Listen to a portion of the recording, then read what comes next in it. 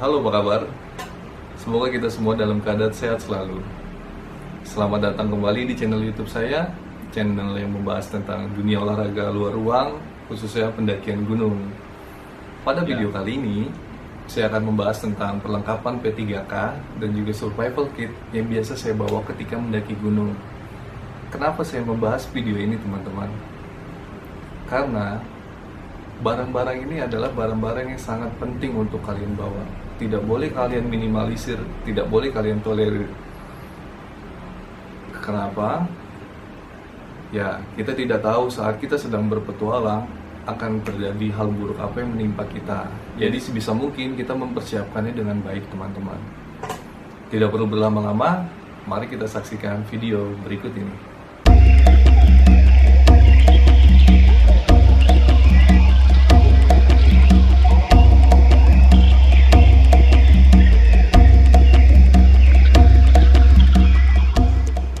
Oke teman-teman, yang pertama kalian harus siapkan adalah ya tentu saja tasnya sendiri.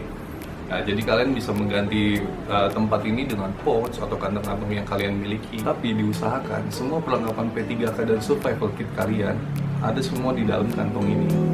Karena apa teman-teman? Karena ini memudahkan kalian pada saat kalian ingin menggunakannya. Tidak ada barang yang tercecer sehingga kalian dapat mudah menemukannya.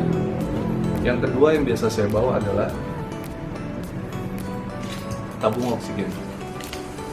Penting gak sih bawa tabung ini, teman-teman? Menurut saya ini penting. Karena kenapa? Karena seperti yang kita tahu, semakin tinggi suatu tempat, maka oksigen itu akan semakin tipis. Apalagi jika kalian mempunyai riwayat penyakit asma, kalian perlu sekali oksigen ini. Berikutnya adalah kita masuk ke isi dalam tas ini, obat-obatan dalam atau obat-obatan yang kalian konsumsi. Saya biasanya menaruh obat-obatan dalam itu dalam satu kantong kecil sendiri. Isinya apa aja? Yang pertama, obat untuk masuk angin.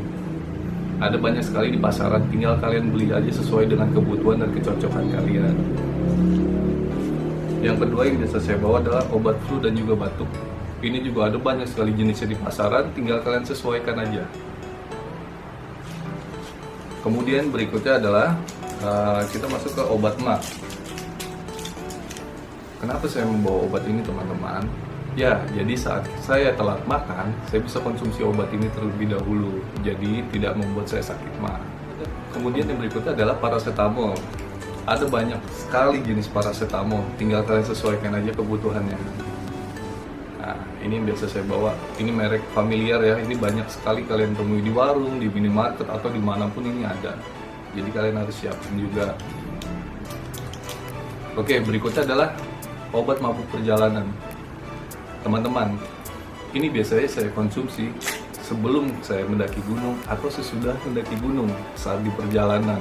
Biasa saya untuk menghilangkan jet lag ketika turun dari gunung, jadi tidak muntah di perjalanan, tidak mual. Dan kemudian saya juga membawa satu krim reda nyeri.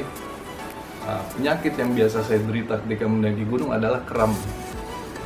Ya, kram otot. Jadi obat ini penting banget saya bawa. Jadi saya oleskan ketika saya sedang mengalami kram. Oke teman-teman, kalau barusan adalah obat-obat dalam, saya akan masuk ke obat luar atau obat luka. Jadi obat luka itu ada banyak sekali yang saya bawa, teman-teman, dan itu kecil-kecil sekali. Tapi ini semua penting, kalian harus menyiapkan semuanya. Oke, kita langsung aja. Jadi yang pertama saya bawa adalah obat merah. Kalian tentu tahu sekali kegunaan obat merah. Ya, ini digunakan ketika saya sedang luka, saat terjatuh atau saya tergelincir, ada luka, obat inilah yang saya gunakan. Kemudian saya juga membawa plester. Saya membawa dua jenis plester. Jadi plester yang pertama yang kalian mudah temui di warung-warung seperti ini biasanya untuk menutup luka kecil. Kemudian ketika lukanya besar, saya menyediakan ini, plester ini ya teman-teman. Jadi ini untuk mengelem kasa atau kapas kalian. Berikutnya yang saya bawa adalah alkohol pad. Ini adalah pengganti alkohol botolan, teman-teman. Jadi ini lebih simpel, lebih ringkas juga, teman-teman, sehingga memudahkan saat kalian packing juga. Berikutnya adalah kapas. Jadi saya membawa jenis kapas seperti ini teman-teman. Ini namanya wound pad. Ini lebih simple, lebih praktis juga sehingga memudahkan packing kalian. Berikutnya adalah gunting kecil.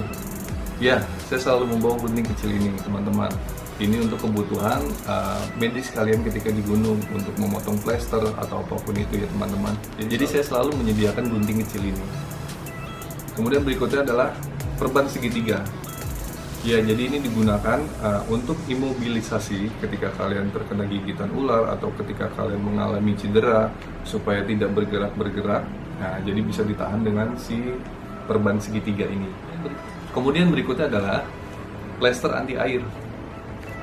Plester anti air ini saya gunakan ketika saya mengalami luka kecil dan saya harus bersih-bersih atau harus mandi supaya luka saya tidak terkena air. Saya gunakan plester ini. Jadi ini sangat berguna juga teman-teman. Kemudian berikutnya adalah tonic bandage.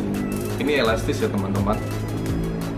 Bisa kalian gunakan untuk menggulung ketika kalian mengalami pendarahan supaya darahnya tidak kemana-mana atau terkena gigitan ular. Untuk imobilisasi bisa kalian gunakan. Jadi ini juga selalu saya bawa ya teman-teman.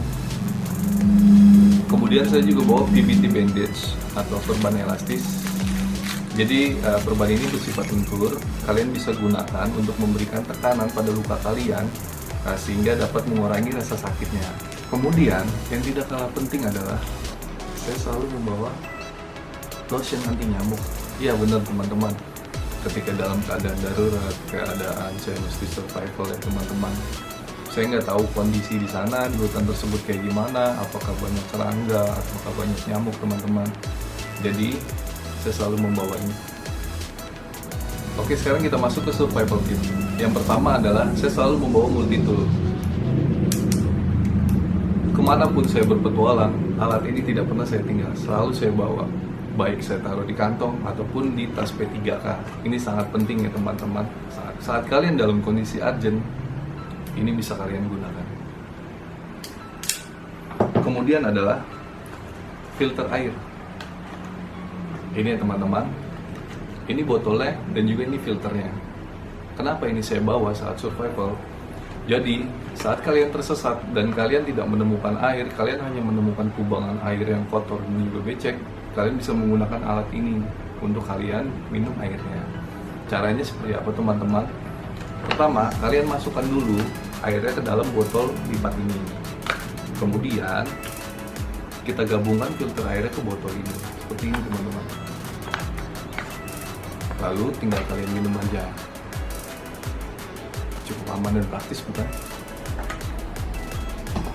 Masuk ke berikutnya adalah headlamp. Kalian tentu tahu ya kegunaan ini untuk apa. Jadi saya tidak kasih tahu fungsinya ke kalian. Dan jangan lupa bawa baterai cadangannya juga teman-teman.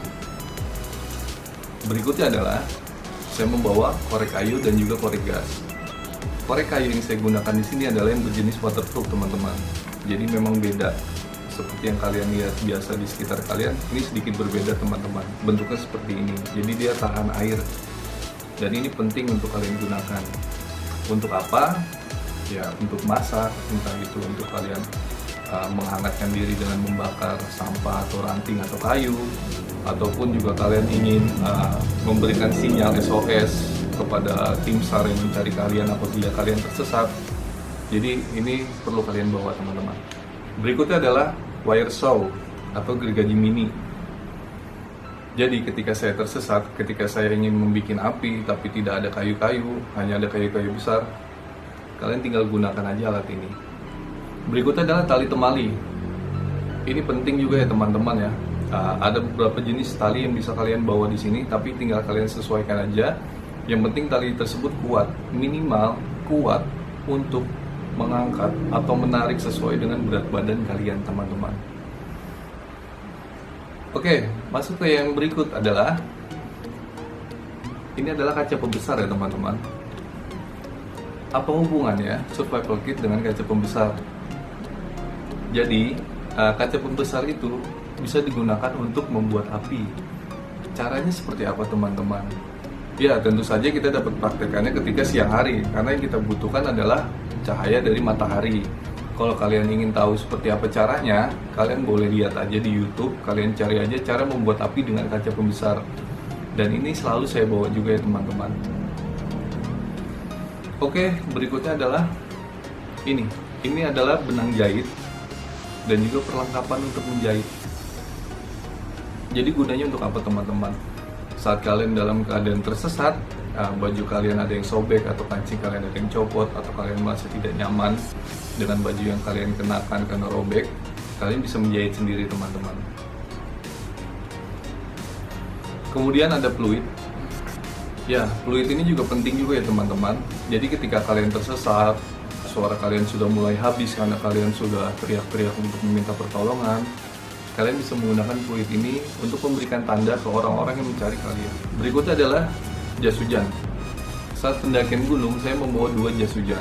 Yang pertama itu saya taruh di dalam tas saya, tas carrier saya. Yang kedua di dalam P3K saya. Kenapa saya membawa jas hujan ini? Karena ini sangat penting sekali teman-teman. Selain bisa digunakan untuk menutupi badan kalian untuk mencegah dari masuknya air hujan, kalian juga bisa membuat bivak atau shelter.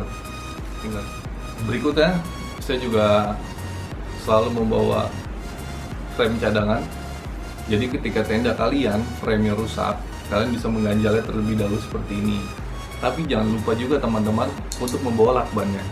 Jadi kalau kalian perhatikan, di sini saya menaruh lakban. Jadi lakban ini digunakan untuk memecahkan frame yang tadi rusak.